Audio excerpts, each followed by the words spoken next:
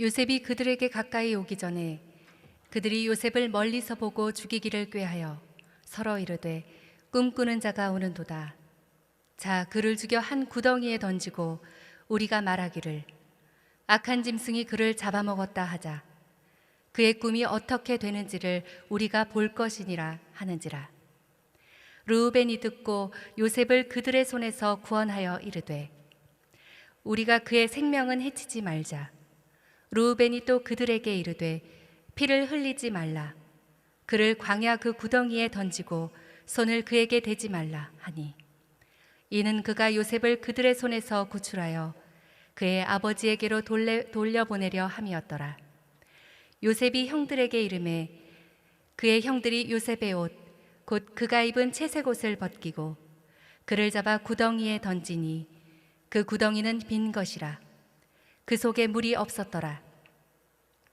그들이 앉아 음식을 먹다가 눈을 들어본즉 한 무리의 이스마엘 사람들이 길르앗에서 오는데 그 낙타들의 향품과 유향과 모략을 싣고 애굽으로 내려가는지라.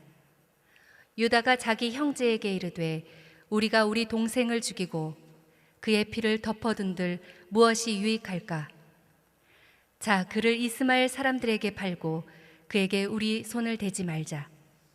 그는 우리의 동생이요 우리의 혈육이니라 하매 그의 형제들이 청종하였더라. 그때 미디안 사람 상인들이 지나가고 있는지라. 형들이 요셉을 구덩이에서 끌어올리고 은 20에 그를 이스마엘 사람들에게 팔매 그 상인들이 요셉을 데리고 애굽으로 갔더라. 자, 오늘 설교 제목은 부활을 구원입니다. 온전한 구원. 부활을 알게 하시려고. 자, 부활, 예수 그리스도의 부활절인데요. 정말 사실일까? 이게 가능한가? 우리가 경험하지 못하고 우리의 한계로 이해가 가지 않은 것은 마음에 잘 와닿지 않기 마련이에요. 솔직하게. 신앙은 이성으로서 이해할 수 있는 것이 아니에요. 그렇다고 해서 비이성이 될 수는 없습니다. 그럼 뭐냐? 이성의 한계를 넘는 초이성의 세계예요. 그렇기 때문에 신앙은 이해함으로써 믿는 게 아니에요. 먼저 믿음으로 말미암아 이해가 되어지는 거지. 이것을 알아야 돼요. 그렇기 때문에 하나님 말씀 앞에서 먼저 믿음을 선택하시는 저와 여러분 되기를 축원드립니다. 자, 부활에 대한 믿음은 이해할 수 없어도 예수 그리스도의 진리의 말씀을 진심으로 믿는 사람들은 그 믿음을 보시고 그 믿음이 비록 작다 할지라도 그 믿음을 보시고 부활을 믿음으로 맞이할 수 있도록 하나님이 이끌어 가신다는 거예요. 그렇게. 무슨 말이냐?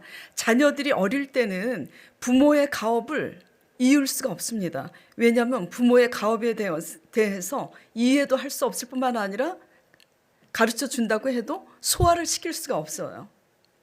놀다가 다치면 치료해주고 어루만져주고 배고플 때는 먹여주는 그런 것으로서 그냥 부모가 절대적일 뿐입니다. 장성해야 부모의 가업을 이해하고 소화해서 가업 있기가 가능한 거죠. 신앙도 마찬가지예요. 그렇기 때문에 중요한 것은 복음을 듣고 살아계신 하나님 아버지가 내 아버지라는 사실을 믿음으로 받아들이고 의지하는가가 중요합니다. 믿음이 적은가, 누구 믿음은 큰가, 이게 중요한 게 아니라 진정으로 그 믿음이 작다 할지라도 살아계신 하나님을 내가 믿고 있는가, 이게 중요하다라는 거예요. 왜냐하면 어린아이들의 특징이 뭐죠? 천방지축입니다. 말썽은 부리지만 부모를 절대적으로 믿고 의지하죠. 강 목사님 막둥이 넷째 아이가, 이렇게 해서 이제 아이가 넷이라는 게 탄로가 나는데, 넷째 아이가 머리를 까딱 한번 잘라요. 여자 소율이가. 왜 이렇게 머리를 자꾸 자르나. 그래서 머리가 길면은 싹둑 잘라놓으니까 그 미장원에 데려가도 너무 손볼 수 없이 이렇게 했기 때문에 대책이 없어요. 왜 이렇게 자꾸 자르나 알고 봤더니 텔레비에 그 뭐죠? 그 미용 그 이발사 브레드의 이발사에 내 머리를 깎아줘. 그 만화를 보면서 그렇게 하고요. 또 셋째 하준이는 아주 먹성이 좋아요. 너무 먹어. 그래서 제일 큰 형이 중학교 3학년이잖아요. 그러니까 저녁 때 늦게 와요. 그 형 거를 남겨두고 엄마가 신신당부합니다. 형 거는 넘보지 말라고. 네 몫은 네가 먹었으니까. 근데 엄마 아빠가 자리를 비우면 형 거까지 다 먹어버려요. 그리고 또 토해요. 근데 참 신기한 것은 소율이나 하준이나 이 일을 꼭 부모가 없는 틈을 이용해서 그 일을 저지릅니다. 그러니까 아무리 애기여도 내가 이 짓을 하면 엄마 아빠에게 야단 맞는다는 것을 본능적으로 알고 있는 것 같아요.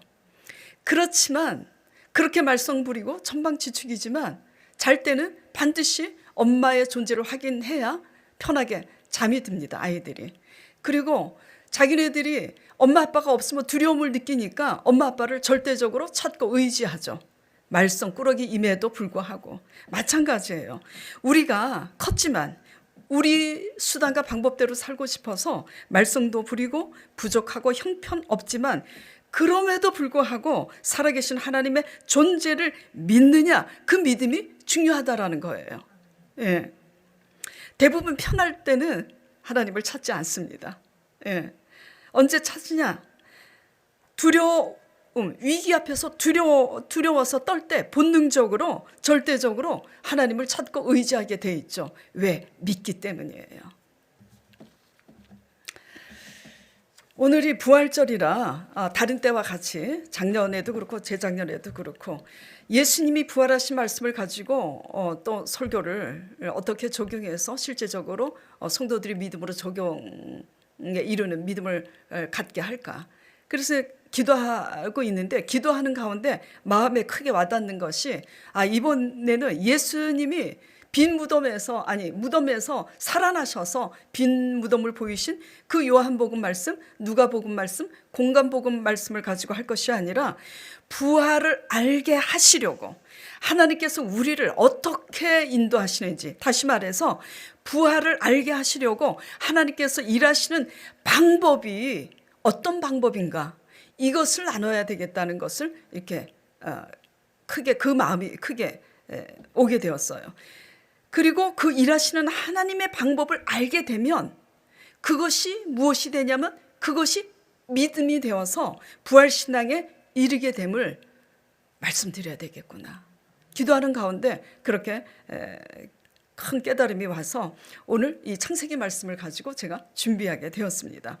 자, 그렇다면 오늘 설교 제목대로 부활을 알게 하시려고 하나님께서는 어떤 방법으로 우리에게 일을 하시는가, 본문 말씀을 통해서 보도록 하겠습니다. 이게 대표적으로 창세기 말씀인데 대표적으로 창세기 말씀을 뽑았지만 성경 말씀을 신구약을 다 보면 하나님께서 일하시는 방법은 이 룰과 같습니다. 그걸 아셔야지 돼요. 자, 본문 말씀 18절에서 우리 은혜 자매님이 읽어주셨지만 또 제가 다시 18절에서 24절까지 읽어보도록 하겠습니다. 요셉이 그들에게 가까이 오기 전에 그들이 요셉을 멀리서 보고 죽이기를 꾀하여 서로 이르되 꿈꾸는 자가 오는도다. 자, 그를 죽여 한 구덩이에 던지고 우리가 말하기를 악한 짐승이 그를 잡아먹었다 하자. 그의 꿈이 어떻게 되는지를 우리가 볼 것이니라 하는지라.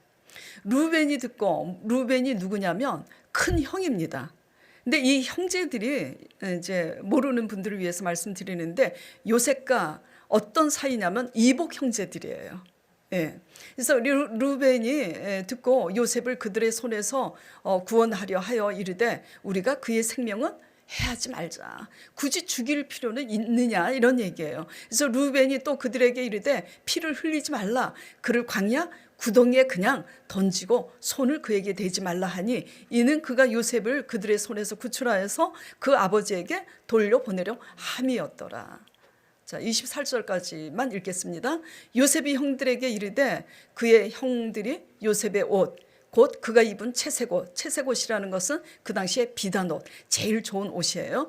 제일 좋은 그 비단옷을 벗기고 그를 잡아 구덩이에 던지니 그 구덩이는 빈 것이라. 그 속에 물이 없었더라.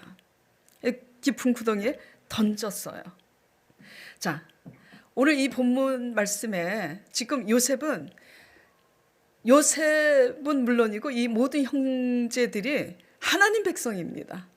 근데 그 하나님 믿는 백성들 중에서도 요셉은 가장 믿음이 좋은 아들이에요.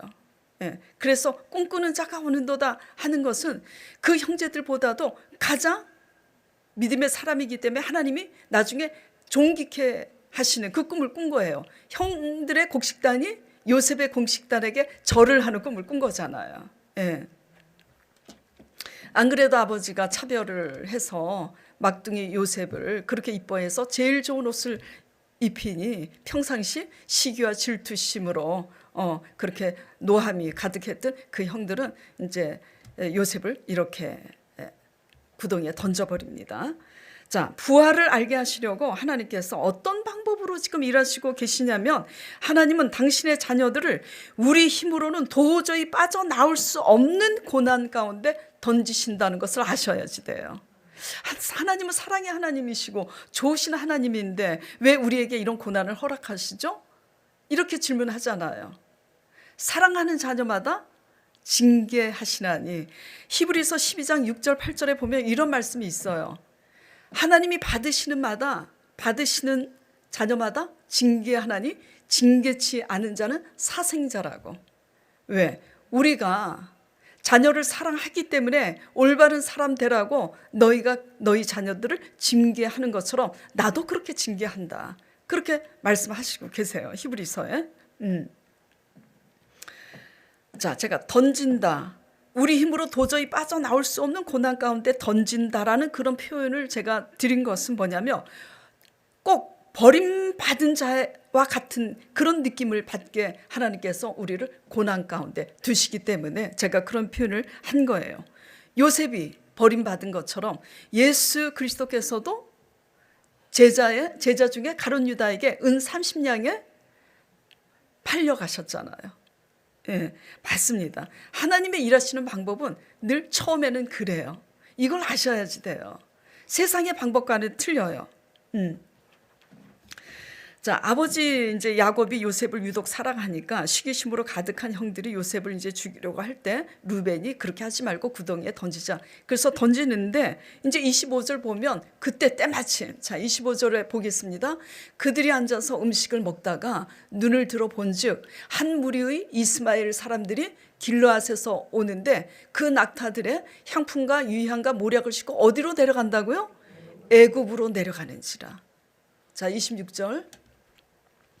유다가 자기 형제에게 이르되 우리가 우리 동생을 죽이고 그의 피를 덮어둔들 무엇이 유익할까? 자, 그를 애굽으로 내려가는 이스마엘 상인들에게 팔고 그에게 우리 손을 대지 말자. 그는 우리의 동생이요 우리의 혈육이니라 하매 그의 형제들이 청종하였더라. 28절에 그때 미디안 사람 상인들이 지나가고 있는지라 형들이 요셉을 구덩이에서 끌어내어서 은 20냥에 그를 이스마엘 사람들에게 팔매 그 상인들이 요셉을 데리고 어디로 갔어요?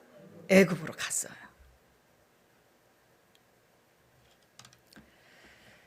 여러분들 초신자 말고는 다 알고 계시죠? 왜 애굽으로 가는 상인들한테 왜 팔려가게 하셨을까? 하나님은 어떤 계획을 갖고 계시냐면 요셉을 애굽의 총리로 세우실 계획을 갖고 계시잖아요. 그렇게 해서 이스라엘 당신의 백성들의 땅에 기근이 들렸을 때 하나님께서는 하나님의 뜻과 계획대로 이스라엘을 애굽으로 이주시킬 계획을 갖고 계시는 거예요. 한마디로 무슨 얘기냐면 하나님의 뜻과 계획을 가지고 하나님의 뜻과 계획을 이루고자 하시는 곳으로 우리를 인도하시는데 하나님의 일하시는 방법은 처음에 고난으로 시작하신다라는 거. 그걸 아시라는 거죠. 던지는 거예요. 구덩이에 던졌다가 은 20냥에 팔려가게 하는 거예요. 이게 우리 현실에 뭘까? 적용해 보시기 바랍니다. 살다가 배신도 당해요. 친구들한테 배신도 당하고 직장 다녀서 아이디어는 내가 짰는데 직장 동료들에게 배신당하고 돈 빌려줬는데 빌려간 사람이 돈 띄어먹고 배신당하고 우리는 늘 억울한 일을 당하는 것을 하나님이 사랑하시는데 왜 허락하시는가? 뭐 이하 등등 여러 가지가 되겠죠. 자, 우리가 생각하는 방법대로 총리가 되게 하시지 않는다라는 거예요. 세상 방법은 어떻게 되는 거죠? 평사원에서 대리가 되고, 대리가 되면 과장이 되고, 과장이 부장이 되고 이렇게 하는데, 하나님의 일하시는 방법은 세상과 다르다라는 거예요. 그걸 아셔야지 돼요. 왜 그렇게 하실까? 하나님이시기 때문에요. 하나님이시기 때문에 세상 방법과 다르게 일하세요.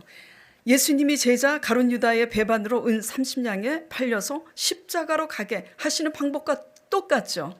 예. 왜 아들 예수 그리스도를 가룟 유다의 제자 3년 반 동안 같이 동고동락했던 제자에게 배반을 당해서 은 30냥에 팔려가게 하시냐 이거죠. 왜 십자가로 가게 하시냐 이거예요. 십자가에 우리 죄를 위하여 죽으심으로 우리 죄를 대속하시는 것이 하나님의 뜻과 계획이었기 때문이죠. 예. 자, 다윗 왕은 나라를 구했잖아요. 다윗이 초립동 다윗일 때 골리앗, 블레셋 골리앗 장군을, 그 거인 장수를 이겨서 나라를 구했는데, 그 못난 사울 왕이 시기심이 가득해갖고 다윗을 미워하니 다윗이 광야로 쫓겨나게 됐잖아요.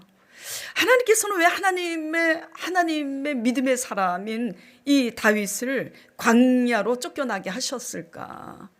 하나님의 의도와 섭리를 믿음으로 알지 못하면 우리는 의구심을 갖게 됩니다. 하나님이 살아계시다면서, 하나님은 좋으신 분이라면서 우리를 사랑하시는데 왜 이렇게 허락하시지?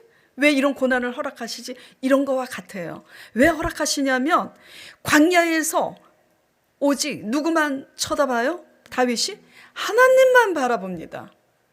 그래서 하나님과 날마다 함께해요. 신앙 고백을. 무슨 말이냐? 한마디로 다윗이 사울 왕의 시기로 광야로 쫓겨나서 날마다 그 십몇 년의 세월을 오직 하나님만 바라보며 하나님과 함께 함으로 말미암아 하나님의 자질로 빚어지게 하시기 위해서 그렇게 광야로 가게 하시는 거예요. 예. 모세도 마찬가지예요. 모세도 자기 동족을 해하려는, 왜냐하면 모세는 히브리인이잖아요. 근데 자기 동족을 해하려는 애굽인을 쳐 죽임으로써 애굽의 궁궐에서 미디안 광야로 도망갈 수밖에 없도록 하나님께서 그렇게 그 상황을 주장하세요. 왜 그렇게 하셨을까? 모세는 하나님의 선지자로 하나님이 점 찍어 놓은 사람이잖아요. 근데 자신의 혈기로 자기 동족을 구하려고 하니까 애굽 사람을 쳐 죽이잖아. 이거는 하나님의 방법이 아니라 누구의 방법이냐면 모세의 혈기예요. 그래서 모세가 도망가고 다시 올 때는 뭘 배우냐면, 자신의 혈기로 자기 동족을 구하는 것이 아니라 하나님의 방법으로 이스라엘을 구하는 그런 하나님의 사람으로 빚고자 그 고난의 과정을 하나님이 허락하신 거예요. 또 그러면 이스라엘 백성들은, 지도자로 쓰는 사람들은 지도자로서 이렇게 빚어가시는데, 이스라엘 백성들대로 어떻게 해요? 바벨론 포로가 되게 하시잖아요. 다 멸망해서 예루살렘 성벽이 다 허물어지고, 그렇게 자랑했던 예루살렘 성전이 다 허물어졌잖아요. 그래서 바벨론 포로로 끌려갑니다. 하나님이 왜 이렇게 하셨을까? 당신의 백성들을 사랑하시는데도 잘못 믿고 있으니까, 불신앙 불순종으로 잘못 믿고 있으니까, 그 후에 하나님의 때가 돼서 하나님께서 말씀하신 그때에 다시 돌아오게 될 때는 무엇을 배우냐면 믿음과 순종의 사람이 되어야 하는 것을 그때부터 배우기 시작하기 때문이에요. 아멘? 예. 자, 그럼 여기까지 이스라엘 역사를 제가 대표적으로 이스라엘 백성과 여러 왕들 이야기를 제가 드렸는데, 공통적으로 하나님의 일하시는 방법은 뭐죠? 우리 힘으로는 도저히 거기서 나올 수 없는, 바랄 수 없는 상황으로 하나님께서 일을 하신다라는 거, 이게 공통적이라는 걸 아셔야지 돼요. 잘 기억하시기 바랍니다. 반드시 하나님의 때가 되면 각자 각 사람에게 맞는 맞춤형으로, 우리 힘으로 할 수 없는 상황으로 하나님께서는 허락하시고 인도하실 때가 반드시 있어요. 이 말씀을 믿음으로 잘 기억하시고 붙잡길 바래요. 자, 요셉도 봐요. 팔려가기 전에는 귀한 자식이고 아들이었지만 이미 은 20냥에 팔려갔을 때는 이미 노예 신세입니다. 노예가 돼서 그 애굽의 감옥에 갇히게 됐을 때는 요셉의 힘으로 나올 수 있어요, 없어요? 못 나옵니다. 불가능한 거예요. 다윗도 마찬가지입니다. 초립동 다윗이 그렇게 나라를 구했는데 그 못난 사울 왕의 시기심으로 광야로 가게 되었을 때 사울 왕이 일반인이 아니잖아요. 모든 이 땅의 권세와 권력을 가지고 있는 사울 왕이니만큼 하나님께서 나오게 하시지 않으면 그 광야에서 나올 수가 없는 겁니다. 모세도 마찬가지예요. 왜냐하면 애굽의 궁궐에 공주로 입양됐잖아요. 예, 공주가 히브리인이라는 것을 감추고 모세를 양자로 삼은 거 아니에요. 그 애굽의 왕자가 되었는데 자기 동족을 해하려는 애굽인을 죽인 일로 바로가 듣게 됐잖아요. 바로 왕이. 그래서 도망갈 수밖에 없었으니 모세 힘으로는 다시 아무리 양자로 들여져서 애굽의 왕자로 장성했다 할지라도 자기 힘으로는 그 애굽 궁궐에 갈 수가 없어요. 하나님의 방법으로 가게 하시지. 이스라엘 백성들도 마찬가지입니다. 바벨론 왕의 바벨론에게 멸망당해서 바벨론 왕에게 포로로 끌려갔으니 이스라엘 힘으로는 예루살렘 성으로 다시 절대로 돌아올 수가 없는 거예요. 누구로만 다시 세워지고 누구로만 다시 돌아올 수 있다라는 얘기죠? 하나님으로만 가능한 거예요. 이 땅의 모든 권세와 권력과 모든 그 왕들 위에 자정하셔서 당신의 뜻과 계획대로 그 일을 주도하시고 주관하시는 하나님으로만 가능한 거예요. 자, 고난주 특세를 주 5일 동안 드렸는데 요한복음 19장, 공가복음, 누가복음, 마태복음에 빌라도 얘기가 나오잖아요. 자, 빌라도가 뭐라 그럽니까? 예수님에게 아무 말도 안 하니까 내가 너를 놓을 권세도 있고 십자가에 못 박을 권세도 있는지를 모르느냐? 말을 하라고. 그러니까 그때 예수님께서 뭐라고 말씀하죠? 위에서 주지 아니하셨더라면 나를 해할 권한도 너가 없었으리라. 분명히 빌라도가 뭐라 그래요? 십자가에 못 박을 권한도 내게 있고 너를 놓을 권한도 내게 있다고 했지만 결국 민중들이 두려워서 하나님의 권한대로 하나님이 주도하시는 대로 예수 그리스도를 십자가에 넘겨줄 수밖에 없게 됐잖아요. 모든 주권은 하나님께 있다라는 거 믿으시기 바랍니다. 예. 일은 누가 해요? 하나님이 잘하시네. 그러면 우리의 일은 뭐죠? 우리가 해야 할 일은 그 하나님 아버지를 믿는 게 우리의 일이에요. 예. 잘 나갈 때는 말썽장이 아이들처럼 엄마도 찾지 않고 아빠도 찾지 않고 자기 맘대로 했지만 위기 상황에는 엄마를 찾는 아이들처럼 위기 가운데서 구원하시는 하나님을 내 아버지로 믿는 믿음이 있다면 위기 상황에 처했을 때 하나님께서 우리를 넉넉히 구원에 이르게 하시는 줄 믿으시기 바랍니다. 네. 그렇게 온전한 구원으로 하나님이 우리를 위기 상황에서 바랄 수 없는 위기 상황에서 바랄 수 없는 부활로 인도하시는 그 하나님을 알게 하시려고 그런 죽음과 방불한 우리 힘으로 할 수 없는 그런 상황에 하나님께서 처하게 던지신다. 이런 말씀인 거예요. 예. 자, 그럴 때야 뭘 배우는 거죠? 그럴 때야 비로소 뭘 배우기 시작하냐면 하나님은 정말 약속하신 대로 능치 못함이 없으시구나. 그걸 배우는 거예요. 예. 우리 한계로 할 수 없는 우리 한계를 넘는 하나님의 구원을 그때서야 이해하기 시작하는 거예요. 아시겠죠? 예. 처음부터 부활신앙을 믿음으로 받아들이는 사람들은 잘 없어요. 저도 그랬어요. 그냥 아빠, 나 배고플 때 먹여주는 아빠, 내가 작은 문제를 만났을 때 내 기도를 들어주시는 아빠 정도로만 우리가 믿지. 그런데 그런 믿음이 있다 할지라도 바랄 수 없는 가운데 바라는 온전한 그 부활신앙으로 온전한 믿음으로 인도하시고 자라게 하시는 것은 누가 하신다고요? 하나님이. 어떤 방법으로? 바랄 수 없는 방법으로. 바랄 수 없는 방법이기 때문에 우리에게는 그게 죽음이잖아요. 죽음이 없는 부활이 어디 있어요? 죽어야 부활이라는 단어가 성립이 되는 거지. 예. 그렇기 때문에 로마서 4장 17절 18절에 이 말씀이 있는 거예요.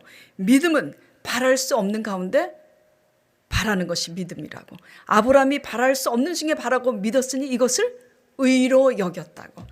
그래서 아브라함만 아니라 아브라함의 후손들도 이 같은 믿음을 의로 여기신다고 로마서 말씀에 그렇게 기록하신 거예요. 하나님의 구원, 즉 부활을 알게 하시려고 죽음과 방불한 바랄 수 없는 방법으로 일하고 계시는 하나님을 믿으시기 바랍니다. 자, 그러면 적용을 해보세요. 적용을. 저와 여러분은 어떤 바랄 수 없는 상황에 놓여 있는지 적용해 보시기 바랍니다. 꼭 큰 사건이 아니어도 삶 속에서 내 힘으로 할 수 없는 것들이 다 있어요. 다 공통적으로 잘 안 되는 게 뭔지 아세요?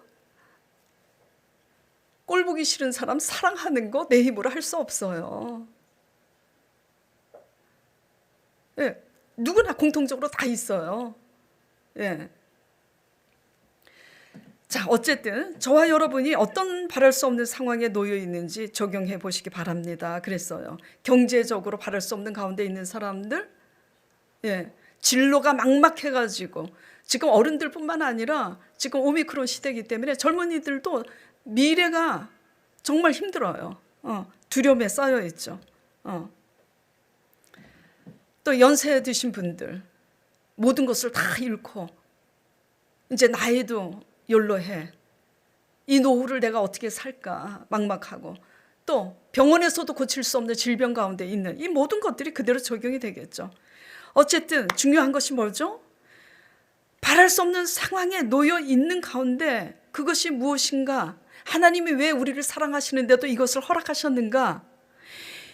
그렇다면 이것이 우리에게 무엇을 의미하는지 믿음으로 깨달아야 된다는 거예요. 지금 어떤 의도와 섭리 때문에 하나님께서 이 일을 허락하고 계시는 거라는 거죠. 우리 힘으로 살아낼 수 없는 것을 하나님의 힘으로 살아내게 하시려고 이것을 허락하셨다. 이 하나님의 일하시는 의도와 섭리를 깨닫는 것이 뭐냐고? 믿음입니다. 그게 믿음이.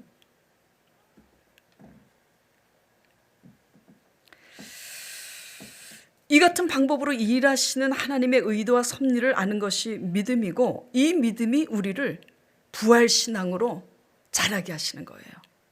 이 믿음이 우리를 온전한 믿음으로 자라게 하시는 겁니다. 이렇게 일하는 하나님의 의도와 섭리를 믿음으로 아는 자만이 우리 힘으로 넘을 수 없는 벽과 산을 만났을 때 하나님으로 넘게 하나님이 하게 하신다라는 거예요. 우리 며느리가 오늘 이제 나왔는데 우리 교회에서 제일 이쁘네. 자랑 좀 했는데요. 우리 며느리가 저한테 말씀을 배울 때 그러더라고요. 구하라 그러면 얻을 것이고 찾으라 그러면 찾을 것이요 두드리라 그러면 열릴 것이라. 이 말씀을 어떻게 깨닫니? 하나님은 어떤 분인 것 같아? 물어봤더니 하나님은 믿고자 하는 자에게 믿음을 주시는 분이라고 이렇게 얘기를 해요. 그래서 도전받았잖아요. 지금 우리 교회 집사님들이. 그래서 우리 며느리 오면은 창피해서 아는 척하지 말아야 되겠다고 그랬잖아요. 하고자 하는 자에게 하게 하시고 믿고자 하는 자에게 믿게 하시는 거예요. 예. 우리는 부족하지만 형편없이 부족하지만 그렇게 부활신앙으로 온전하게 하시기 위해서 바랄 수 없는 방법으로 하나님께서 일하시는 그 하나님을 믿는다면 그 믿음이 우리가 넘을 수 없는 그 산을 우리가 넘을 수 없는 그 문제를 넘게 하나님이 하게 하신다라는 거예요. 아멘. 예. 자, 그래서 요셉이 애굽의 감옥에 이제 노예로 팔려갔는데 또 억울하게 누명을 써서 애굽의 감옥에 들어갔잖아요. 그런데 창세기에 보면은 그 감옥에서도 형통하였더라 계속 기록이 돼 있어요. 어떻게 형통하였어? 전옥에게 간수에게 신임을 얻어서 애굽의 전 옥을 관리하는 총무가 됐어요. 잘 귀 기울여 들으시기 바랍니다. 모양새는 세상 사람들이 보기에는 감옥에 들어간 노예 신세지만 하나님은 지금 애굽의 총리가 되기 위해서, 총리가 뭐죠? 나라의 총무예요. 그 총무로 지금 감옥에서 준비를 시키고 있는 거예요. 감옥에서 전옥을 담당하고 관리하는 총무 일을 하게 하시잖아. 하나님의 방법이 가장 완전합니다. 예. 그래서 전옥을 관리하는 총무가 되고, 그리고 때가 되니까 바로 왕이 꿈을 꾸는데 그 꿈을 그 애굽의 술사 박사들은 아무도 풀지 못해. 근데 누구만 푸냐면 하나님의 신에 감동된 요셉만 풀어요. 그래서 실제로 애굽에 임할 그 기근을 알고 이렇게 하소서 해서 결국 애굽의 바로 왕의 신임을 얻어서 옥에서 나와서 총리가 되잖아요. 자, 왜 이렇게, 그럼 드디어 이제 총리가 됐는데 하나님의 꿈대로 총리가 됐어요. 하나님의 계획대로. 중요한 게 뭐죠? 그래서 총리가 됐어. 이게 중요합니까? 아니에요. 바랄 수 없는 노예 신세로서 감옥에 있어서 노예로서 애굽의 이방의 감옥에 갇혀 있을 때는 전혀 소망이 없고 바랄 수 없었지만, 거기에서 뭐가 중요하냐면 바랄 수 없는 상황에 요셉이 하나님의 신으로 감동되었더라. 이게 중요한 겁니다. 그러니까 뭐가 중요하다고요?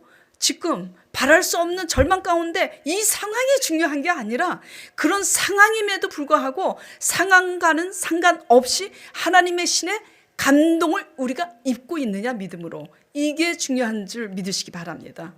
그러면 그 어려운 상황에도 하나님의 신으로 감동된 자들은 하나님의 신에 감동되어서 하나님의 지혜로 모든 것을 해석하고, 그렇게 해서 세상을 이기는 자가 되는 거예요. 아멘? 예.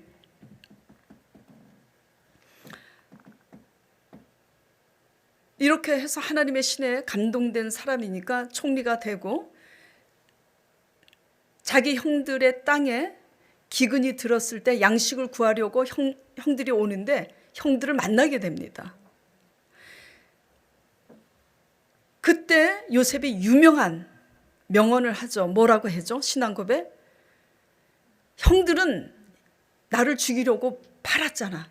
그러나 그 일로 두려워하지 마소서 그래요. 오히려 우리 같으면 어떻게 해요? 네가 나를 팔았어. 근데 나는 애굽의 총리가 됐어. 너희들 죽었다. 이제 이렇게 되는 거죠. 예. 근데 그렇게 하지 않아요. 당신은 나를 죽이려고 이렇게 했지만 하나님은 그것을 이용해서 하나님이 당신들을 구원하시려고 나를 먼저 앞서 보내사 이렇게 하셨다. 그래서 양식으로 배나 주잖아요. 이게 하나님의 방법이에요. 원수 앞에 상을 베푸시게 하시는 것이 하나님의 방법입니다. 그러니까 원수여 내 신랑이여 원수여 그대는 왜 이렇게 말썽을 부리는가, 이게 아니라는 거지. 예.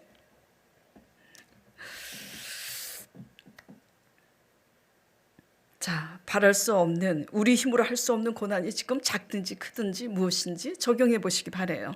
이 과정 속에서 믿음으로 하나님과 함께 하시는 저와 여러분 되기를 간절히 축원드립니다. 그게 핵심이에요.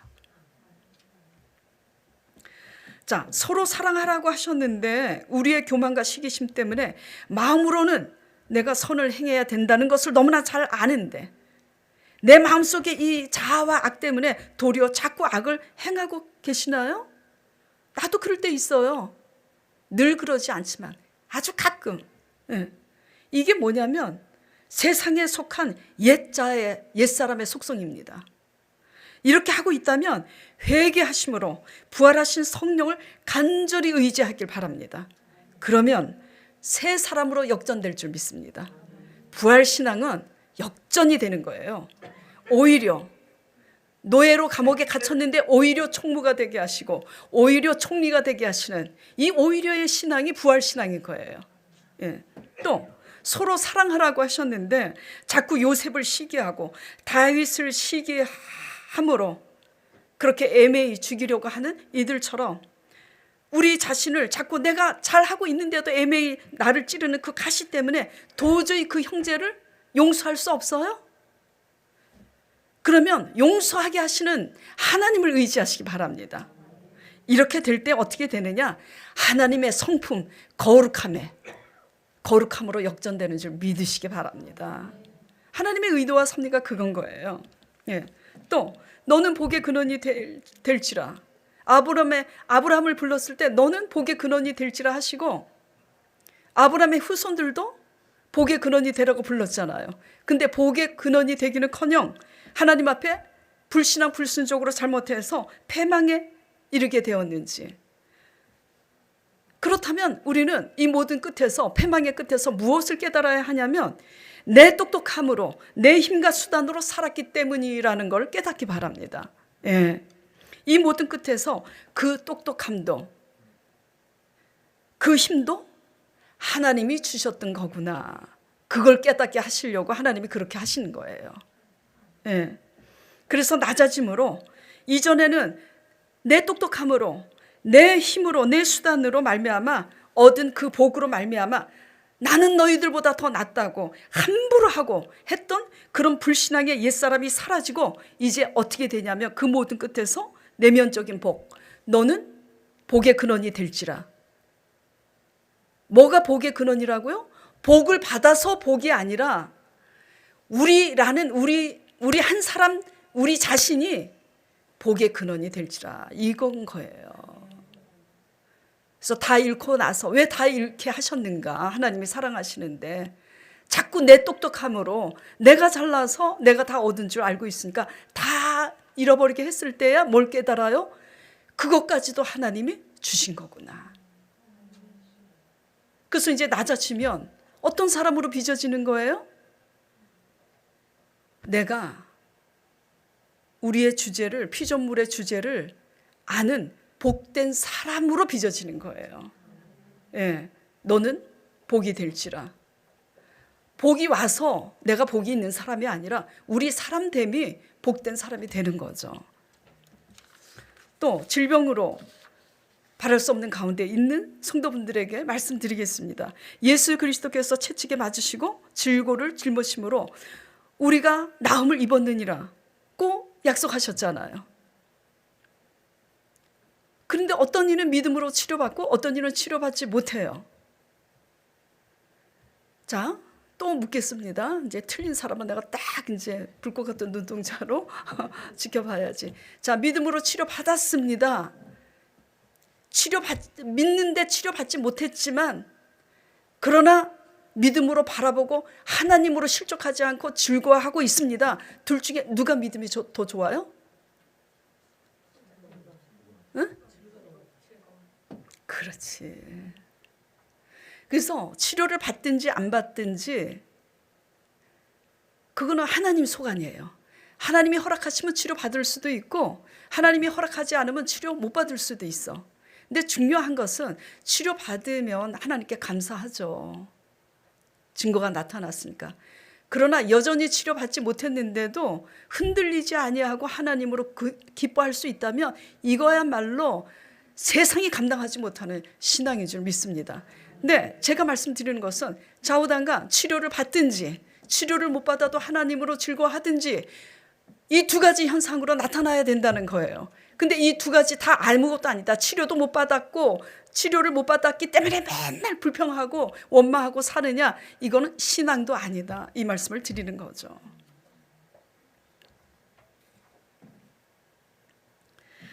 중풍병자를 치료하시기 전에 그들의 믿음을 보시고 예수님께서 무엇을 먼저 선포하세요? 내 죄사함을 받았느니라. 네. 병을 우리 힘으로 병원에서 고칠 수 없는 그 병을 아버지께서 허락하신 것은 불신앙 가운데서 믿음의 사람으로 빚으사 죄사함을 얻게 하시려고 하나님께서 우리에게 그런 질고를 허락하시는 줄 믿으시길 바라요. 믿음의 사람 되시길 바랍니다. 예. 자, 하나님 아버지의 말씀을 믿기 때문에 하나님께 맡기고 하나님의 믿음으로 잠잠히 십자가를 짊어지심으로 하나님의 부활을 이루신 예수 그리스도처럼 우리도 하나님 아버지의 진리의 말씀을 믿음으로 이렇게 일하시는 하나님의 의도와 섭리 가운데서 믿음으로 빚어져서 바랄 수 없는 가운데 도리어 평강을 누리고, 바랄 수 없는 가운데 도리어 감사하고, 도리어 사랑할 수 없는데 사랑하고, 용서할 수 없는데 도리어 용서하면 이것이 부활신앙인 줄 믿으시길 바라요. 예. 내가 좋아하는 사람만 좋아하고 기뻐할 때 기뻐하고 좋은 일만 생길 때 감사할 줄 아는 이런 것은 믿음도 아니고 신앙도 아닌 거예요.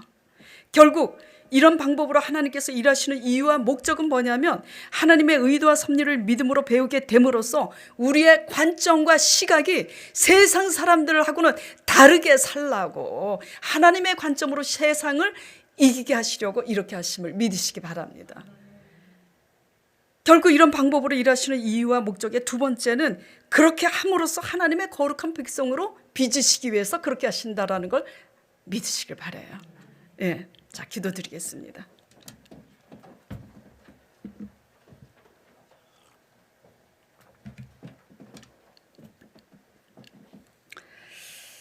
하나님 아버지,